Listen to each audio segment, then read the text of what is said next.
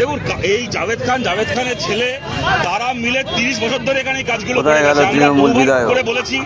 সেই সময় শুভেন্দু অধিকারীও তৃণমূলেই ছিলেন, সেই সময় এরা সবাই মিলে লুটে পুটে খেয়েছে। এখন আমাদের কথাটা হচ্ছে, আপনি এই গরিব মানুষগুলোর কি অপরাধ রয়েছে? আজকে আপনি গড়িয়াতে একটা ঘড়ির টাওয়ার ভেঙেছেন, কোথাও একটা স্ট্যাচু বানানো আছে, সেটাকে সঙ্গে সঙ্গে বুলডোজার নিয়ে গিয়ে ভাঙছেন, তার একটা মানে আছে। তার সাথে কোনো মানুষের আজকে বাঁচা মরা জীবন জীবিকার প্রশ্ন নেই সেখানে। কিন্তু যেখানে মানুষ বসবাস করে, রাতারাতি বাচ্চা কাচ্চা নিয়ে কোথায় গিয়ে বসবে? কোনো নোটিশ দিচ্ছেন না, কোনো পুনর্বাসন দিচ্ছেন না। এই গরিব মানুষগুলো যাবে কোথায়? আর দেখুন, আজকে তো সব দোষ এই গরিব মানুষগুলোকে দিয়ে লাভ নেই। গত 15 বছর ধরে 20 বছর ধরে তো কলকাতা চলেছে এইভাবে। তৃণমূল সরকারের আমলে, তার আগে যখন তৃণমূলের কর্পোরেশন ছিল, চলেছে এইভাবে। এই মানুষগুলোকে এনে বিক্রি করে সে প্রমোটার তো তার মতো করে টাকা ইনকাম করে চলে গেছে।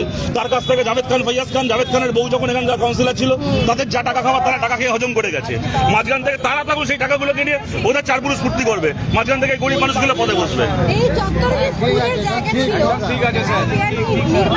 এখানে স্কুলের জায়গায় বেআইনি নির্মাণ হয়েছে, পুকুর ভরাট করে, ঝিল ভরাট করে বেআইনি নির্মাণ হয়েছে। এমনকি আপনাকে দেখিয়ে দেবো, কবরের জমিতে, কবরস্থানের ওপর ওয়াকফের সম্পত্তিতে কবরস্থান ছিল, সেই কবরস্থানের ওপর মানুষ মাটির তলায় শুয়ে আছে। সেই বাপ ঠাকুরদার কবরের ওপর জাভেদ খান বিল্ডিং তুলেছে, তাও দেখিয়ে দেবো। কিন্তু আজকে প্রশ্নটা হচ্ছে, এখানে এই যে মানুষগুলোকে চারপাশে দেখছেন, ছোট ছোট বাচ্চাগুলো, কোলের বাচ্চা, তাদেরকে মাঝরাত্রিবেলা বাড়ি থেকে বার করে এনে যদি বিল্ডিংটা ভেঙে ফেলা হয়, আমি বারবার করে বলছি, এদের দোষটা কোথায়? যারা টাকাটা চুরি করেছে, কোটি কোটি টাকা সম্পত্তি বানিয়েছে। জাভেদ খান এই টাকা দিয়ে ছেলের জন্য অস্ট্রেলিয়ায় ফ্ল্যাট কিনেছে, ওর ছেলে তো কালকে টাকা কামিয়ে অস্ট্রেলিয়া চলে যাবে, আর এই গরিব মানুষগুলো কোথায় যাবে? সুতরাং আমরা আজকে বিকাশ ভট্টাচার্য আদালতে অ্যাপিল করেছিলেন, কলকাতা হাইকোর্টের কাছে আমরা কৃতজ্ঞ, তারা রায় দিয়েছেন। স্টে অর্ডার, এই তপসিয়াতে যাবতীয় ডেমোলিশনের ওপর এই স্টে অর্ডার আনা হয়েছে। আমাদের পরিষ্কার বক্তব্য, মানুষকে পুনর্বাসন না দিয়ে, মানুষকে ক্ষতিপূরণ না দিয়ে এরকম ভাবে এগুলো করা যাবে না। জাভেদ খানের এই পাপের সাম্রাজ্যের বিরোধিতা আমরা সবচেয়ে বেশি বার করেছি। এটা করতে গিয়ে এই তপসিয়া আমাদেরকে বারবার মার খেতে হয়েছে, রক্তাক্ত হতে হয়েছে। আমার ওপর হামলা হয়েছে, এখানে দিবুদির ওপর হামলা হয়েছে। এখানে আমাদের অনেককে এখানে দেখছেন, যারা এখানে মাসের পর মাস, বছরের পর বছর বাড়ি ছাড়া হয়ে থাকে, সেখানে আমাদের অনেক কমরেডরা রয়েছেন। কিন্তু জাভেদ খান যে অপরাধ করেছে, জাভেদ খানের ছেলে যে অপরাধ করেছে, তার শাস্তি এখানকার সাধারণ মানুষ পেতে পারে না। তাদের বিরুদ্ধে ব্যবস্থা নিন। আর কর্পোরেশনের যে ইঞ্জিনিয়ার গুলো, তারা কি তাদের চোখে নেওয়া হয়েছিল? তাদের চোখের সামনে বছরের পর বছর এই বিল্ডিং গুলো তৈরি হয়নি? তারা প্রত্যেকে টাকা খেয়েছে।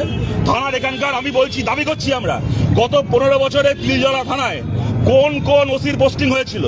সবাই আজকে যে যেখানে থেকে থাক, আজকে যে থানায় থেকে থাক, তিলজলা থানায়, পাশে তপসিয়া থানায়, ওদিকে এন্টালি থানায়, এই তপসিয়া এলাকা যে থানা এলাকার মধ্যে আছে, গত 15 বছরে 20 বছরে যে থানার ওসি পয়সা খেয়েছে এই প্রমোটারগুলোর কাছ থেকে, এই রাজেশ ফাজেশদের কাছ থেকে, যারা যারা পয়সা খেয়েছে, তাদেরকে তদন্তের আওতায় আনা হোক। সেই ওসিগুলোর বিরুদ্ধে ব্যবস্থা নেওয়া হোক।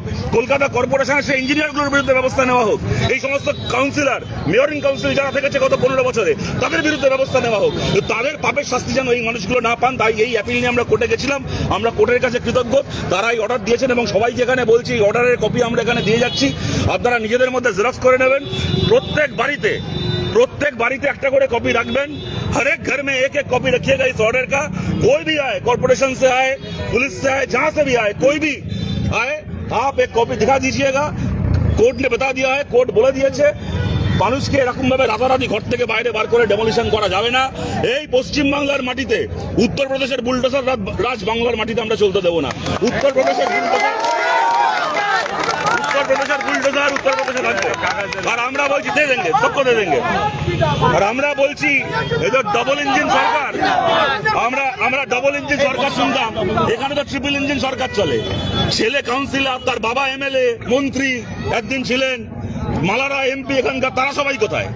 যারা 15 বছর, 20 বছর, 30 বছর ধরে লুটে পুটে খেলো, তারা যে যার মতো করে সাইড হয়ে গেল। আর মাঝখান থেকে গরিব মানুষগুলোর উপর বুলডোজার চলবে, আমরা থাকতে এটা হবে না।